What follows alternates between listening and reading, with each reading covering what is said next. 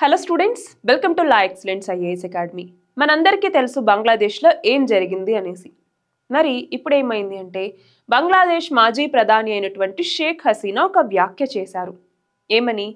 America మా దేశానికి సంబంధించినటువంటి ఒక ద్వీపం కోసం, ఒక ఐలాండ్ కోసం ఇలా ఇదంతా చేసింది, అల్లర్లు సృష్టించి నన్ను పదవి నుంచి దిగిపోయేలా చేసింది. ఒకవేళ మేము ఈ ఐలాండ్కి సంబంధించినటువంటి సావర్నిటీని అమెరికాకి అప్పగించి ఉంటే నేను ఇంకా పదవిలో ఉండేదాన్ని అన్నట్టుగా ఈమె వ్యాఖ్యానం చేయటం జరిగింది.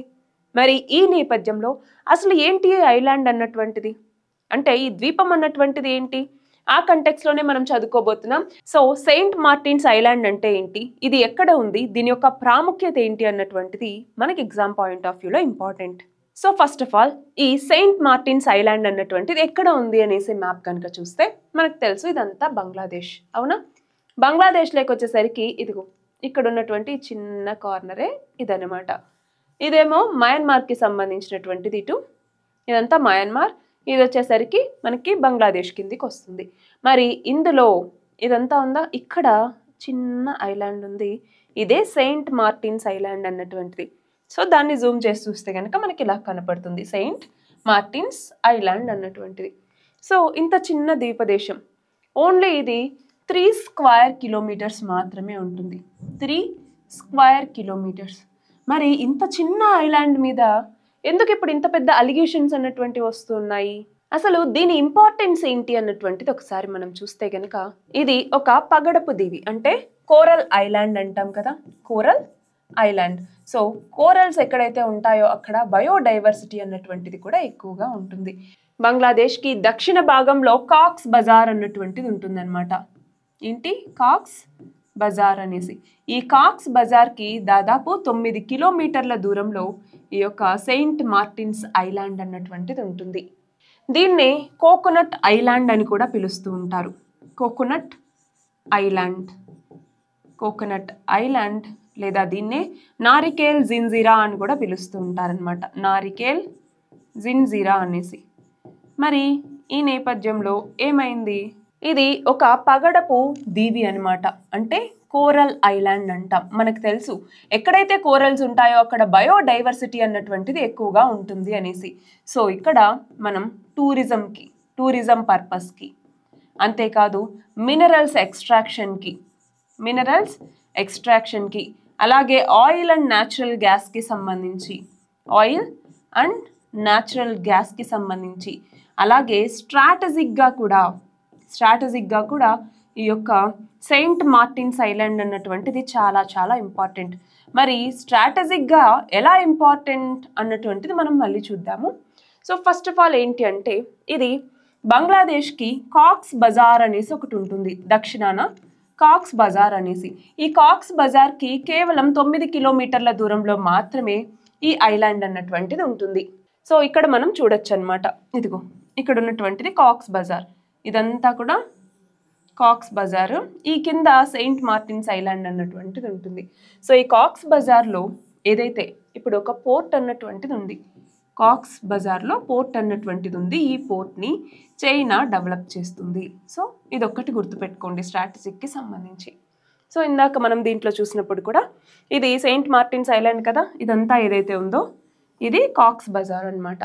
అయితే ఇప్పుడు ఈ యొక్క ఐలాండ్ని మనము నారికేల్ జింజిరా అని పిలుస్తూ ఉంటారు, నారికేల్ జింజిరా అనేసి పిలుస్తూ ఉంటారు.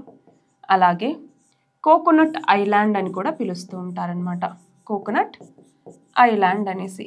దీని యొక్క మొత్తం జనాభా దాదాపు 3700 మంది అనమాట, అంటే చాలా తక్కువ మంది ఇక్కడ నివసిస్తూ ఉంటారు. వీళ్ళంతా కూడా టూరిజం మీద, అగ్రికల్చర్ మీద, చేపల వేట మీద, అలాగే కొబ్బరి సాగు మీద, ఇలా వీటి మీద జీవనం సాగిస్తూ ఉండేవారు. అయితే నార్మల్గా ఇక్కడ స్టోరీ ఏంటంటే 18th సెంచరీలో ఇక్కడ అరబ్స్ వచ్చి స్థిరపడ్డారనమాట. దాని తర్వాత 19th సెంచరీలో బ్రిటిష్ వాళ్ళు దీన్ని స్వాధీనం చేసుకున్నారు. బ్రిటిష్ వాళ్ళు స్వాధీనం చేసుకున్న తర్వాత దీనికి పెట్టినటువంటి పేరే సెయింట్ మార్టిన్స్ ఐలాండ్ అన్నటువంటిది. అయితే దాని తర్వాత ఏమైంది, 1947లో భారతదేశ విభజన జరిగిన తర్వాత ఇది ఈస్ట్ పాకిస్తాన్ కిందికి వెళ్ళిపోయింది. అవును కదా, మనందరికీ తెలుసు కదా, ఈస్ట్ పాకిస్తాన్ అని పిలిచేవాళ్ళు అప్పట్లో. దాని తర్వాత 1971వ సంవత్సరంలో బంగ్లాదేశ్కి స్వాతంత్రం వచ్చిన తర్వాత ఇది బంగ్లాదేశ్లో పార్ట్ అయిందనమాట. అయితే ఈ ఏదైతే సెయింట్ మార్టిన్స్ ఐలాండ్ ఉందో ఇది ఇటు మయన్మార్కి ఇటు బంగ్లాదేశ్కి మధ్య కాన్ఫ్లిక్ట్ అన్నటువంటిది ఉంది. అయితే 1974లో మయన్మార్కి బంగ్లాదేశ్కి మధ్య ఒక అగ్రిమెంట్ అన్నటువంటిది కుదిరింది. ఆ అగ్రిమెంట్ ప్రకారం ఈ యొక్క ఐలాండ్ని బంగ్లాదేశ్కి ఇవ్వటం జరిగిందనమాట. సో అక్కడికి ఆ వివాదం అన్నటువంటిది పూర్తయింది. అయితే ఈ వివాదం మళ్ళీ మొదలైంది ఎప్పుడు? మ్యాన్మార్కి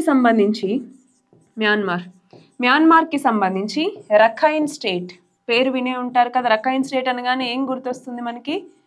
రోహింగ్యా ముస్లిమ్స్ మనకి తెలుసు.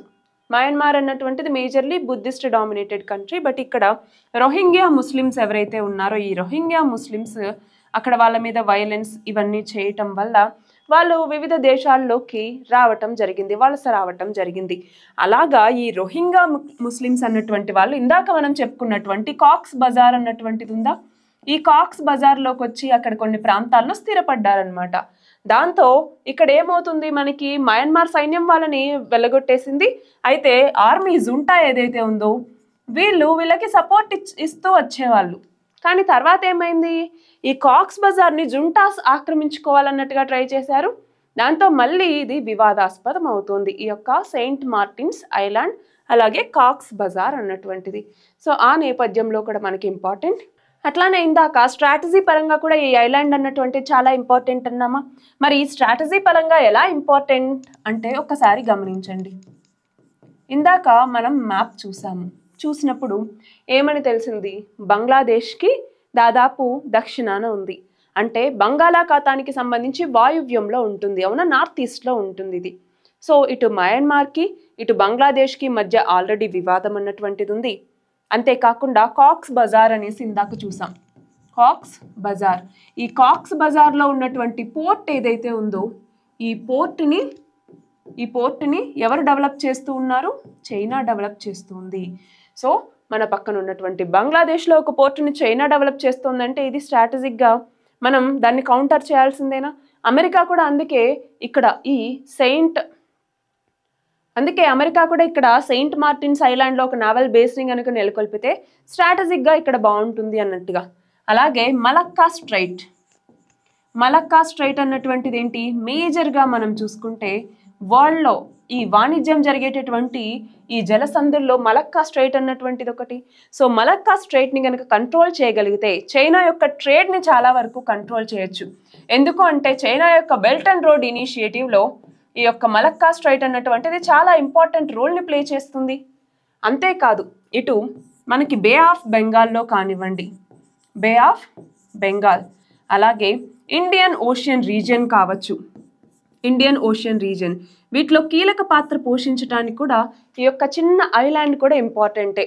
అలాగే ఇక్కడ ఇంకోటి గమనించాలి, ప్రతి దేశానికి ప్రతి చిన్న ఐలాండ్కి కూడా దానికంటూ ఎక్స్క్లూజివ్ ఎకనామిక్ జోన్ అన్నటువంటిది ఉంటుంది. సో ఒక చిన్న ఐలాండ్ ఉన్న దాని చుట్టూ ఉన్నటువంటి ఎక్స్క్లూజివ్ ఎకనామిక్ జోన్లో ఉన్నటువంటి రిసోర్సెస్ అన్నీ ఆ దేశానికే చెందుతాయి. సో ఇప్పుడు ఇక్కడ ఉన్నటువంటి రిచ్ మినరల్స్ కావచ్చు, రిచ్ బయోడైవర్సిటీ కావచ్చు, అలాగే ఈ సెయింట్ మార్టిన్స్లో సీ వీడ్ అన్నటువంటిది చాలా బాగా పండుతుందన్నమాట. దాన్ని ప్రస్తుతం మయన్మార్కి ఎక్స్పోర్ట్ చేస్తూ ఉన్నారు. సో ఇదంతా వస్తుంది, ఆయిల్ అండ్ న్యాచురల్ గ్యాస్ అన్నటువంటిది లభిస్తుంది. సో ఇలాంటివన్నీ ఉన్నప్పుడు ఏ దేశమైనా ఎందుకు వదులుకోవాలనుకుంటుంది? అమెరికా ఏమో ఇప్పుడు ఈ వాదనలన్నీ కూడా అవాస్తవం అన్నట్టుగా చెప్తుంది, కానీ చాలాసార్లు ఇంట్రెస్ట్ అయితే చూపిస్తూ వస్తుంది. సో వీటన్నింటి నేపథ్యంలో కూడా ఈ సెయింట్ మార్టిన్స్ ఐలాండ్ అన్నటువంటిది చాలా చాలా ఇంపార్టెంట్ మనకి న్యూస్లో. సో దీని మీద ఒక చిన్న ప్రిలిమ్స్ క్వశ్చన్ మీరు ట్రై చేయండి. Saint Martin's island known for it's coral reef belongs to which country? So ఈ నాలుగిట్లో ఏ కంట్రీకి సంబంధించినటువంటిది అన్నటువంటిది కమెంట్ సెక్షన్లో ఆన్సర్ చేయండి. సో ఇది ఇవాల్టి మన article. All the very best and thank you very much.